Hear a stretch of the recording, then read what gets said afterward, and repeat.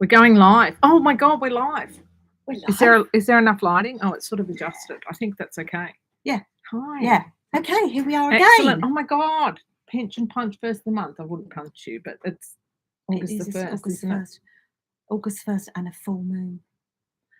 No. A soon Oh my full God, moon. last night I saw the moon. I had to go and wake up everyone in the house to go and look at the moon. And one person was like, yeah, so what, big deal? I'm like, yeah, it's a big deal. I'm coming back. I'm just jiggling this. And then my whole body was vibrating until like, I don't know, 1, 2 in the morning. Didn't sleep. Anyway, so I'm still getting dressed now, even though I have been up since 7. So not many hours sleep. I can't think about it. Yeah. Do you like my earrings? They are very I bought them in Greece. You've got this lovely pink vibe going on. Yeah, I know. I feel like it makes me feel safe. Everything's pink. I haven't got on all my pink yet. I've got pink cheeks. There we are.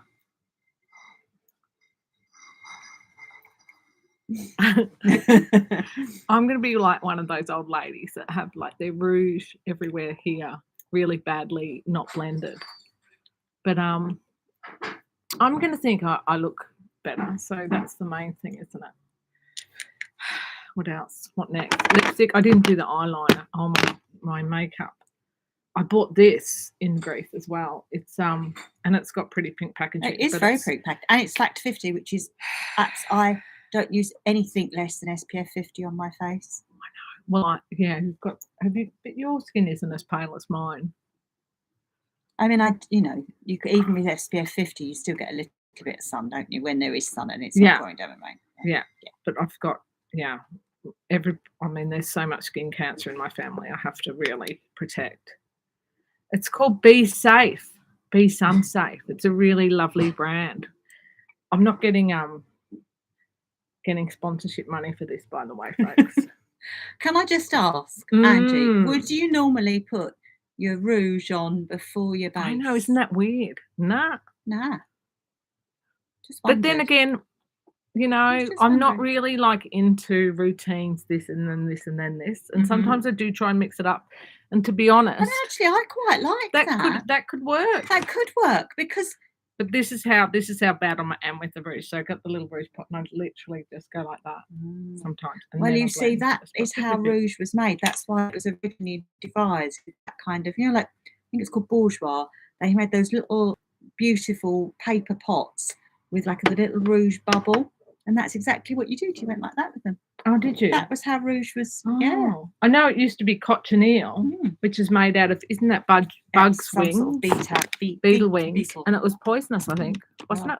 Oh, no, that was the white powder they put on their face. What was that called?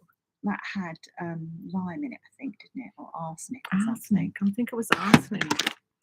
And I haven't done my eyeliner either. So this is sorry, we're recording. As well as being it's really boring, isn't it?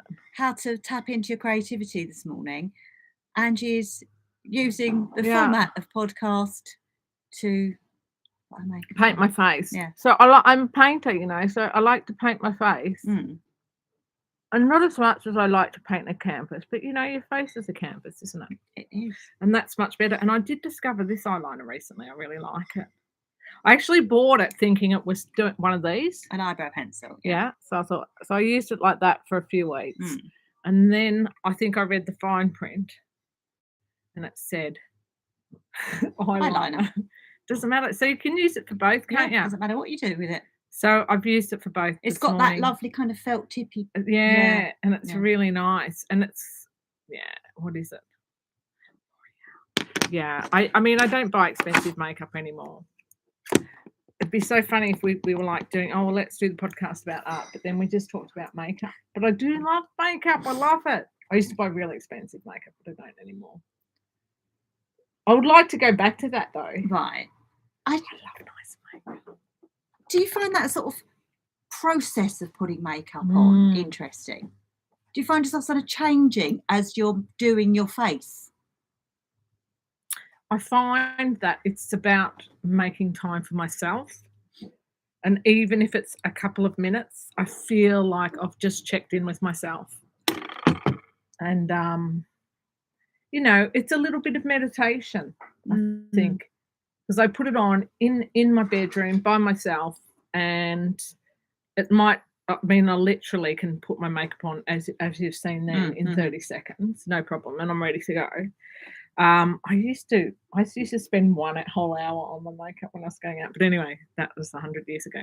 But yeah, I do it really quickly, but I feel like I've done something for myself in amongst that first hour in the morning where you might be like, you unpack the dishwasher, you get someone's lunch ready, you fold some washing, you feed the dogs. It's all like for other people, and it's like, you know, at least I've spent a few minutes. So you've carved that little bit of time Myself. out of that morning schedule. I mean, I don't really think about it like I've Yeah. made that time, but I No. definitely want to put my makeup on before I go out. I mean, just for myself, it chills me out. Otherwise, I'm just doing stuff all the time and I'm rushing around. It slows me down. It's good. So my first kind of thought and question, because I really want to talk to you about your art I today, know. is do you put your makeup on when you go into like, would you in the morning, if you knew you were going to have a studio day, would you still put your makeup on before you went into the studio to paint? Oh yeah, 100%. Oh. Yeah. And I can remember, yeah, before I'm going anywhere, I put my makeup on. So if I'm camping, I can remember we were going for a walk, and I said, "Hang on a sec, I put my lipstick on before I got outside the tent, just to go for a walk in the bush." Yeah. It's for myself. It's not for the myself and the birds, you know, that we'll see on the walk. Yeah, definitely for myself. And not Nice. because I like looking at myself in the mirror or anything. I just like the feel of like everything. It's just something I've always done for myself, and I reckon I always will. Hopefully, even when I'm in the nursing home. But I one of my things I used to do is to go into nursing homes and put makeup on people on Christmas Day as a volunteer.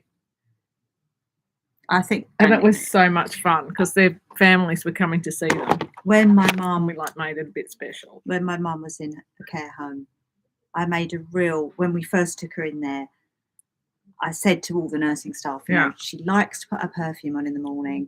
She likes to put her lipstick on, and she had a lovely little collection of silk scarves, and that was always my mum's thing. Yeah. And I said, you know, can you please continue to do that for her? Yeah. So she feels like herself. You know, she can't do it for herself, but can you do it for her? And I think those rituals are so important, aren't they? Yeah, absolutely. Yeah. That's I know, but you know, they are really important. So anyway, I'm going to be a bit bossy. So you've got an art show coming up this week, and you are flat out finishing off your stuff, and your head is in that space. But I really want to talk about that. I want to talk about how you've changed as an artist, and how your art changes you as a woman, as a human being. As a human being, as a menopausal, manic woman juggling kids and jobs. And look, I mean, for me, it's something that feels beyond myself to do that. Something I always wanted to do. When I was about 30, I met my friend. She was Dutch, in an advertising agency, and she was really into self-help and stuff, and she was like, "Oh, you know, you've got to be an artist," and she bought me Julia Cameron's The Artist's Way and really encouraged me with my painting. And I went and did glass in London, so I kind of, and I did this all the time instead of like just doing painting, which is what I knew I wanted to do. I'd do jewellery, or I'd do glass, or I'd do lots of different things, because I sort of like saving up for painting. It's like if I have a roast dinner on the plate, and the roasted onions, which is my favourite bit, on the crackle, I always eat that last. So I found I was doing that sort of subconsciously in my life, like keeping the painting for I don't know, for some sort of future time. I don't know. And I did printmaking in fine art in London, but actually that printmaking studio was extraordinary, and the painting teachers. Oh, I shouldn't really say that, but it wasn't inspired. So I did love doing printmaking, and then but I think I was also really the whole motherhood and painting thing in my mind was a massive blockage. I couldn't really understand how I could have kids and be a painter, because the painting thing felt like I just lost myself. I lost track of time. It was something that I don't know. I just felt like, how am I gonna do that and that? And anyway, so I did all sorts of therapies, including like a really heavy rebirthing session on an island near Hampton Court Palace that went for a day, which was amazing. And then I did realize, I really, really want to be a painter, but I really, really want to be a mum as well. So I'm just gonna do the mum thing first, because I'm running out of time, basically. Right. Okay, I thought, okay, I'm really happy to be old lady painter. That's fine. I've got years. But the motherhood thing, I was like, there was on a bit of a time thing, because I was in my late 30s. Right. And actually, I mean, I was even 40 and thinking, I've got heaps of time with having a kid. And then my auntie who works at Melbourne IVF said, no, you haven't, love. Get you down to the clinic on Monday. I've made an appointment for you. So that was good. And then I did that whole IVF rigmarole thing and kind of got, that was the focus for a few years, right, from like 42 when I had my first child. And I mean, I say first child, but actually, there's miscarriages and all that other malarkey. Yeah, all the other things that you kind of put in that box. And it doesn't feel that just didn't feel completely truthful to say that. But anyway, we won't go there. And that kind of took over for a little bit, but not very long. And actually, I felt really creative. I felt like I really need to get in touch with my creativity here. And then I thought, but I also thought I have to really be outside the house, because I'm just going to go into my head if I'm at home with a baby. It's not going to be very good. So then I was doing, so I did a mums and babies film thing. So I was interested in film. And then I did a messy art thing with my child, my baby, making art with the kids. Mm-hmm. But it was really more all about the kids. So it was still really, the motherhood side was first, still at this point. Was still, that was the priority focus. You were exploring creativity, but it sounds like I mean, I say that, but then I was also making jewellery and having a market stall on Saturdays. Right. So I was also exploring those sorts of things. And I can remember I went on a trip when my son was 5 with my girlfriends from Australia. We went to New York. And I feel like that gave me a lot of headspace as well. Which was really necessary to making a bit more of a concrete plan, actually. Even though I came back and forgot about all the plans I made until I sort of hit nearly rock bottom, and then I found my New York travel journal and thought, oh, yeah, that's what we were planning.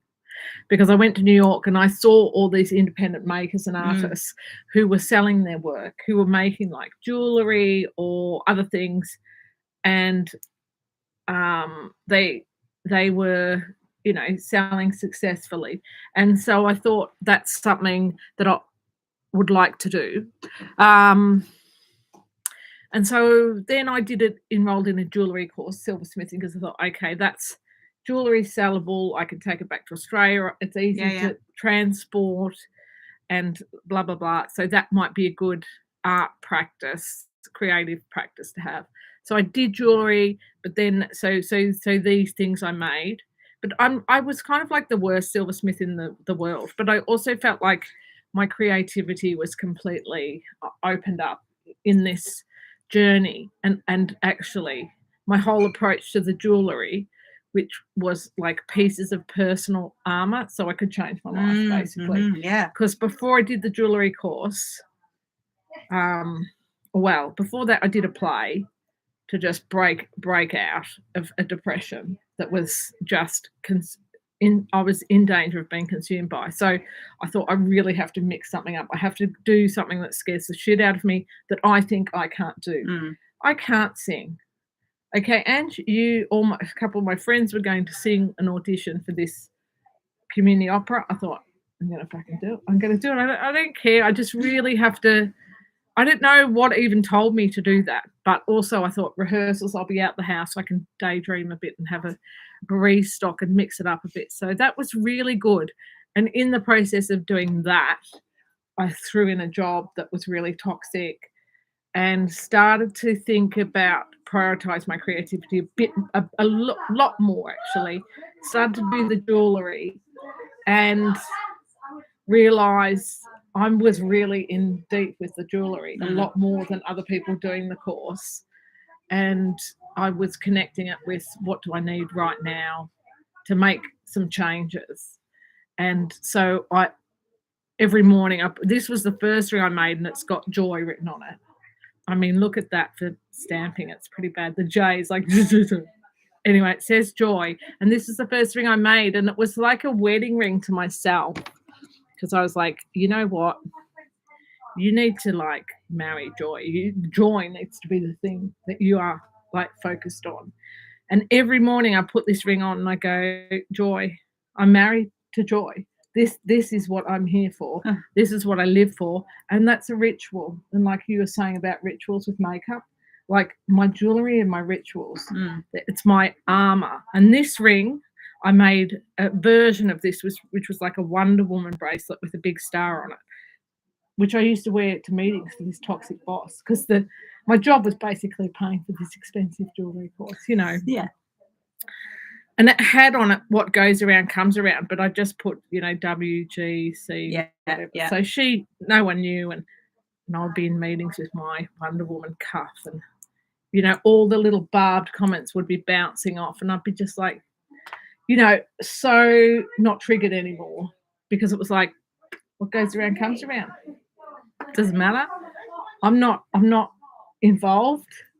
I've got something bigger going on. And it's like getting a tattoo. It reminds me, this is what I've got bigger going on. This ring says feelings. It used to say feeling loved. And I can't find where the loved one went. So now I just tell myself it's like feeling. Like it's really good to feel. And so I've reframed all that kind of like anxiety, feelings, emotional shit into something positive, into like a superpower. I think every job I've ever had, I've had a boss at some point go, you're too emotional, or they've used it against me, and now I'm like, fucking feelings, mate. Yeah, that's a superpower. I use my feelings. Like I was saying, I was crying to Sinead O'Connor last night. I was doing my painting. Like you need to have that sort of like well of emotion that makes you human. Like it makes you feel like life is bloody amazing, you know, because I was feeling like, oh my God, Sinead O'Connor, and she was like, she had this song about the Englishman who never had told her that he loves her, and it was so like, oh, and it's just that process of like keeping on going with that feeling, and then you get to the end. And you're like, oh my God, I'm still here. I'm okay. And it's like, that is freedom. Yeah. And, you know, that for me is so empowering, you know, to take something that's really crap, like, you know, the depression that I was feeling, and to be able to turn that into something and transmute your emotional, you know, into something beautiful, into something joyful, into something empowering, because it's like, I'm going to sit with this. It's okay. You know, I mean, I used to beat myself up. I would drink. I would like, you know, so I mean, sometimes we still like to numb out with a bit of Netflix or whatever. But generally speaking, I feel like the feelings are really feed into my artwork and really empowering. Oh my God, am I just waffling on? No, not at all. No, this is really interesting. Oh my God. so during the jewellery course and creating this, I'm going to use this. I think you've created a novel in your pieces. Really? So it's, for me, how you've just explained this, it's like every piece is a chapter. So you've created this kind of story for yourself using your jewellery that has transformed the way you, I'm not going to say the way you saw yourself necessarily, but it's certainly helped you process and change things. Yeah. And so then after the jewellery, you've created this. When did you actually, I want to know now, from what point there did you actually end up where you are now with painting these amazing full scale, huge colour, fabulous pieces? So feel like I've really, now I'm like fully charged. Now I feel like I've discovered something that is so precious, so beyond myself. You know, I just want everyone to have it. I mean, I think the jewellery pieces are ongoing, can I say? You know, so even though I did that in one point in time, I left it in Australia 3 years ago. My mum wore it. She bought it back when we went to holiday in Greece, blah, blah, blah, blah, blah. Got red paint on it the other night. You know, it's ongoing. They're evolving still. Yeah. And I like that about jewellery, as opposed to like a tattoo, you put it on, it stays there. And then you want to, like, where's jewellery? It's like, do I want to wear that today or not? Blah, blah, blah. Sorry, I've forgotten what the question was. So where did you go from doing these small scale personal jewellery pieces to doing these large paintings that are so full of emotion and so expressive? Oh, thanks. So the painting, it really just, it was funny. I really felt like I wasn't a very good painter, but I always loved it. And I think one day my partner went on a 10-day, I think this really was the beginning. Yeah. He went on a 10-day silent retreat. And during that 10 days, I thought, I've got 10 days. I really want to have a shop. And I thought, the front room in our house used to be a shop from 40s, 50s, 60s until 62, when the house was sold to a family, and then it just became a family house. But before that, it was a shop. And I felt like there was an energy in that house that was saying, I want to be a shop again. And so 10 days, I rang artist maker friends, said, I'm going to have a shop. Can you bring me stuff? And I don't know, I just made a shop in my front room, and I had a counter, and I had like a card machine and signs, and I found a big open sign and put that out the front, and literally the whole room was transformed into a shop with local artist stuff to buy. And I did some, the shop, actually, I did do paintings before the shop. Yeah. Oh, yeah, I had the shop, and then I thought, I'm going to have to sell some of my stuff in the shop. I had done a few big paintings with an artist. That was a big game changer. And then I thought, I'm going to do dog portraits. Everybody likes dogs. I like dogs. And let's be honest, Bridport, there are probably more dogs than people. That too. But I didn't do it from a commercial. I did do it from a commercial. I thought, wouldn't it be good if, basically it was, wouldn't it be good if I could paint dogs? As because I needed to find an income. I needed it to be sustainable and to justify me not working full time, basically. So I thought, what can I do? Maybe I could paint dogs. So I just put it out on Facebook. Does anyone want me to paint their dog? Blah, blah. So, of course, I got lots of photos of people's dogs. But the first person who responded, I said, I'll do yours. And so I did it. And I loved it. Like, something just clicked when I did it. Having never done a dog portrait before, like ever. And I just freaking loved it.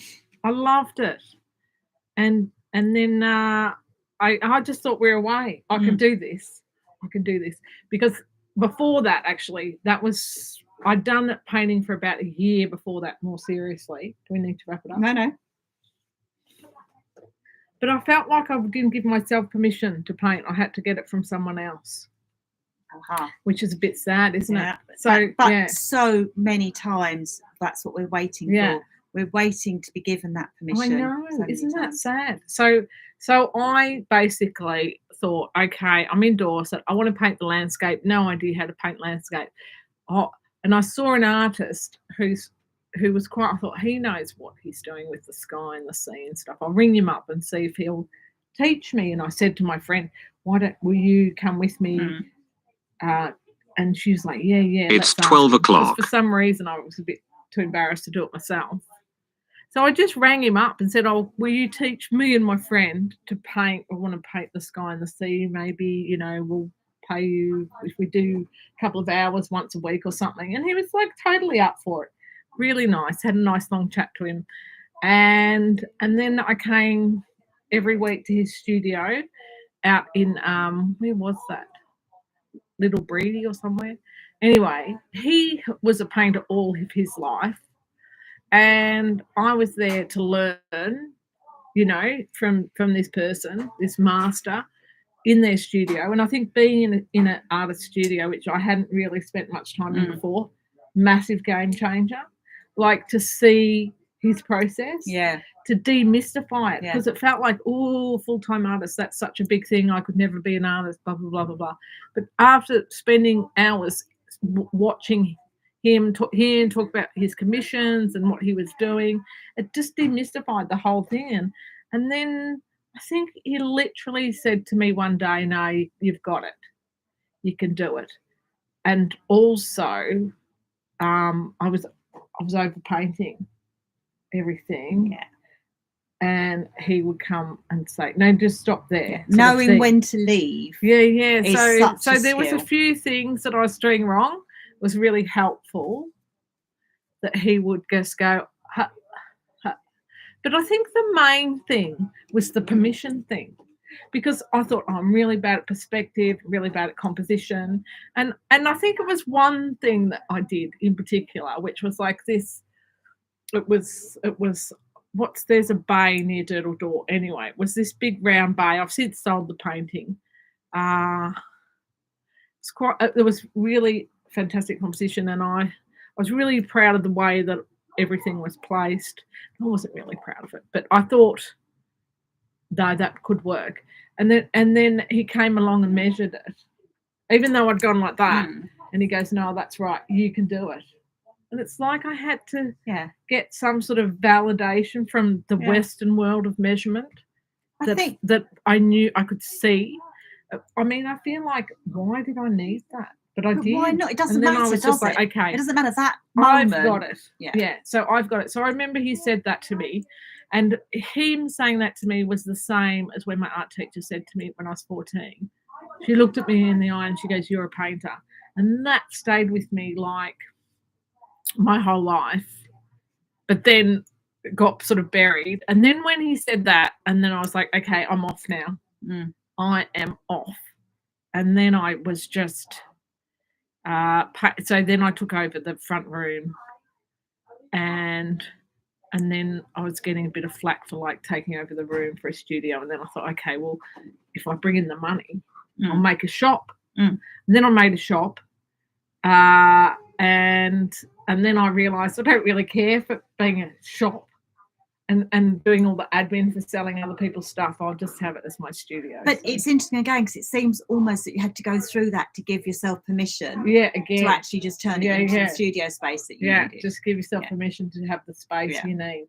And 100%, I always suspected I needed a studio for the instead of like, oh, tonight I'm doing a painting, and then you keep going, then go, not good. And so even just like last week, the painter who I work for, and that's really helpful as well, because they've got 50 years on me. And so it's like, okay, I could learn something here about being a painter. And I do learn stuff every week. And this week, so I don't paint more than 3 hours at a time. And I just thought, because you get too tired. Yeah. And since that he's told me that, I mean, once or twice, like yesterday, I was like, okay, it's 10 o'clock, stop at 1. Or it's 2 o'clock, you're going to stop at 5. so helpful. Yeah. So helpful. Because I would just keep painting and painting, and you would stuff it up. I mean, anybody would. You Yeah, just absolutely. can't. It takes a lot of energy. It takes a lot of Yeah. emotion, feeling and emotion, and Yeah. you can't just keep going like I know, that. but permission to take a break. Like, what the hell? What the hell is that about? It's I feel like we're so hard on ourselves. And now I'm like, oh yeah. So 3 hours of time, couple of sessions a day. I mean, I did 3-hour sessions yesterday. So 6 till 9. I mean, it was great because there's holidays, so I don't have to do the school run. 6 till 9, 2 till 5, and then I think I did 9 till 12 or something last night. Yeah. Perfect day. It would have been a perfect day if I then went to sleep, but a full moon. So I wrote down my intentions for the full moon, which is to have a sellout show. But I don't care actually if it's a sellout or not particularly. But I'm ready for it if it is. Yeah. And because I do feel like I need to connect people to my work 100%. I mean, that's it. I'm not working in a bubble. I feel like I'm working because I want other people to see how happy colour, nature, like how happy you can make yourself. Yeah. It's like it's free drugs, and I felt like I want to do, because this is me when I'm doing an event. I want to do this, get musicians, and I want to do badges with I'm an artist and give them to everybody there because I want people to like, you're an artist, and how does that feel when you say that about yourself? Like that was a massive. Yeah. It's not about me. It's like about our human capacity. At what point in this process, in this journey of coming towards seeing yourself as a painter, were you able to say to yourself, I am an artist? I had to get permission for someone to go, you're an artist. And so imagine if I waited, so it's like when that happened to me, maybe late 48, 49, whatever. I just think, I want to do that for everyone. Maybe I will do the badge at some point. There's no time because I open in 3 days unless you've got a badge maker. I haven't got a badge maker at home, so lots of things, but not a badge maker. But I did think if I was doing like maybe my next exhibition, but I was like, I really want to introduce people to the idea that it's within everybody. I don't think I paint to just, I mean, part of it's for myself, but that freedom, like that you can feel from that. Oh, I don't know what I want to say, but I would like that for everybody as well. Yeah. Has this last, I mean, I know it's been really intense for you to create the body of work that you wanted, the bulb bit for this exhibition this show you're putting up this week. Has that particular working with that intensity changed anything for you? Yeah, well, I mean, I think they've only been working intensely the last week or so, and actually, I have lots of breaks and stuff. But I think the thing that it's made really clear for me is that there is an unlimited supply of whatever it is I'm tapping into, and I just need to trust that. So that creative force inside of you that you've been producing in these pieces of work, that's not going to run out. That's not going to be something that's limited in supply. No. And did you feel like that in the past, or is this quite a new way of thinking for you, that actually there is abundance in this? Yeah. Yeah. I think it's a new thing. I think I wasn't able to put into words like this thing that I felt was there.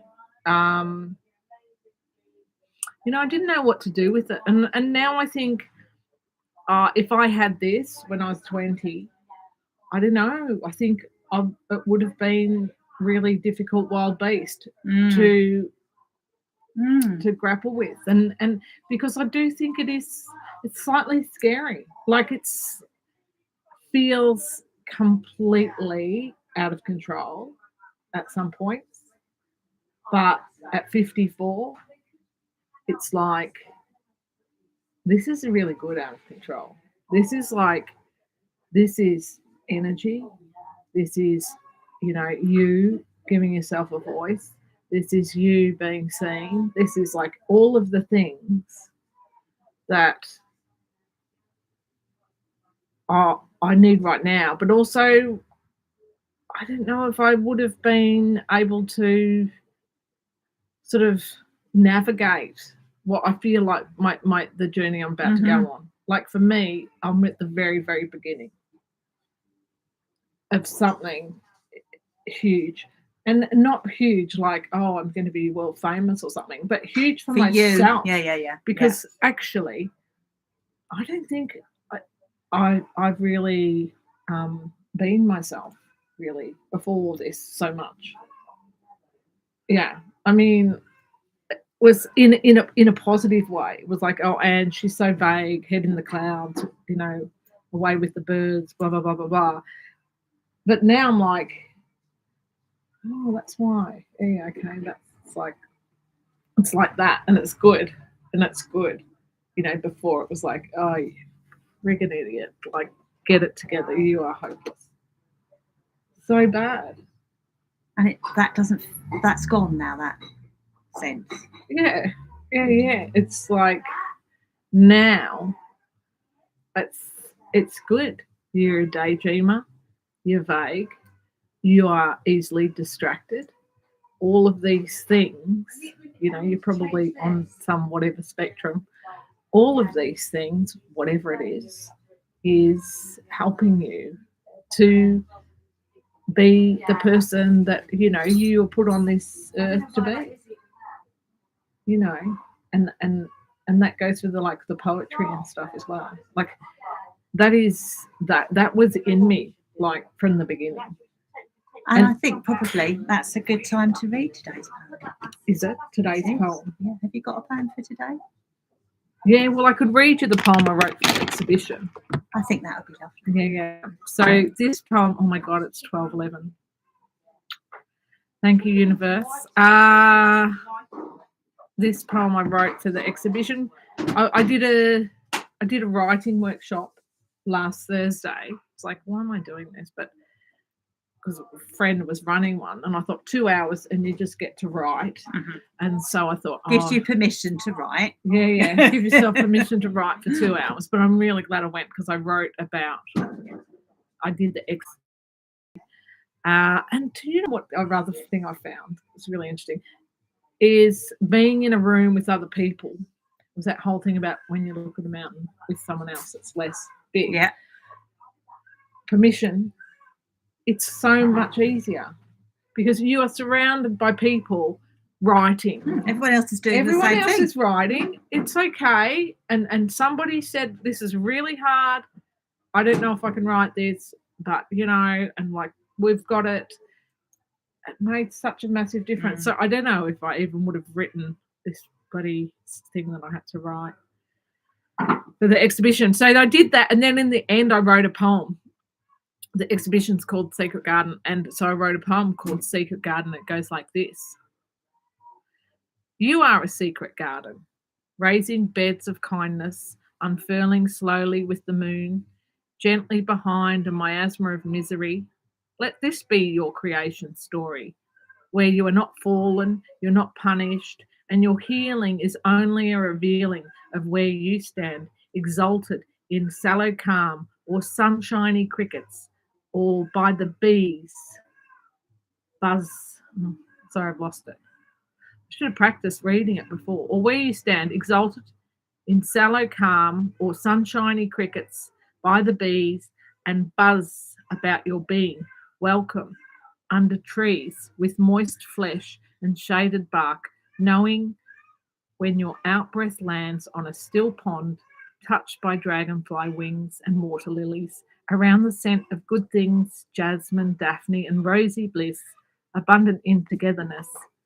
Watsonia hums along, and pink hibiscus trumpets your arrival as palm fronds curve joy on yellow, sweet wine, and a blue that propositions purple to be even wilder in a blue possibility that you cannot buy, and a red that even cochineal can't try.